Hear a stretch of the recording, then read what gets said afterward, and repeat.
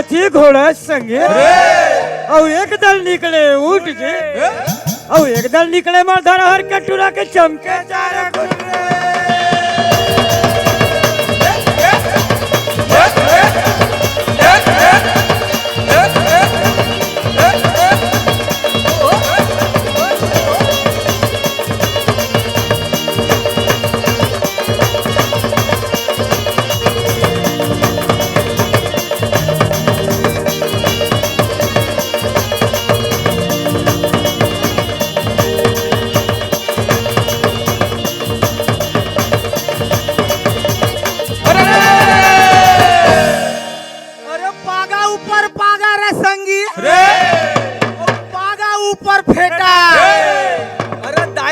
सेवा करे ते हर सर्वन बेटा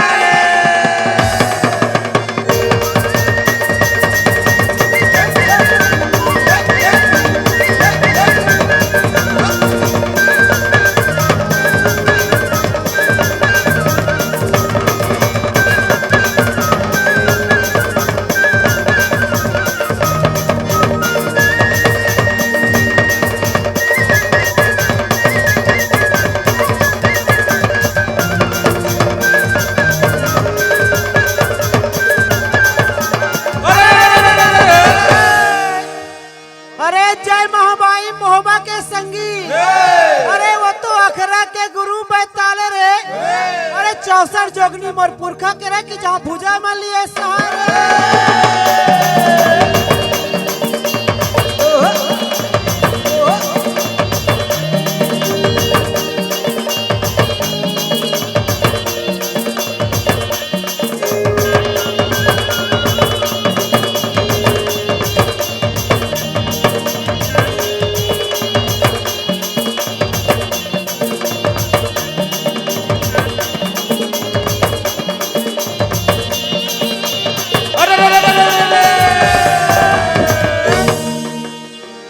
चल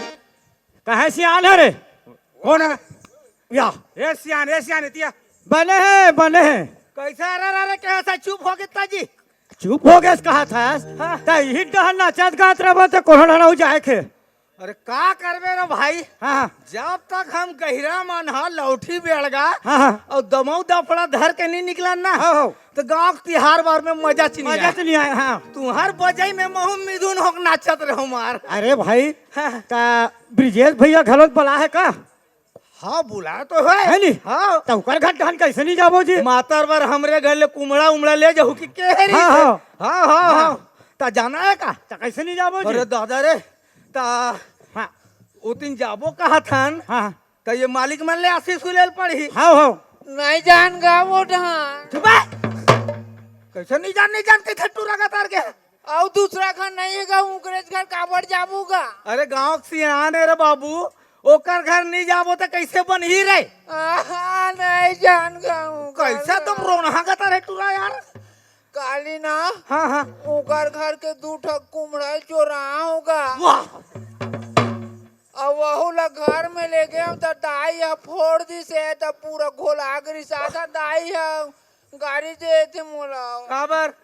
ना तो उकर घर डांस जा सको ना हमार घर डांस जा सकूगा अरे कुम्हड़ा चोराबे वो भी घोला कुम्हड़ा ला तो ये तिले तोड़ दाई दी ओ तिलो भैया मन गच कही का जरूरत रही तो कुम्हड़ा उमड़ा चोराए के बे नहीं जान गा उकर घर अरे जाल लगते बाबू ते डरा था ना एक तो हमार समाज में भी परी नहीं है तो परी बना दे बोसा लेला तोर में छर रखवा लेबे हाँ बन जी ना हाँ बन जाए हाँ तो तोल नीची नहीं हो मन हाँ वैसने काटबे गा हाँ हाँ हाँ अरे ते सिंह बादल धर ले बेरे एक परी बनवा के ना चाहबो नहीं कुट ला मार डाल हिला साले कुम्हड़ा चोरला ता ये तिल आशीष लेथन भाई ए देवा ले आशीष ले वो भैया घर तीन तक जाना है अरे ठाकुर जो हारे लाए हो संगी मो पाने सुपारी कोरा कोरा हो रंगे महा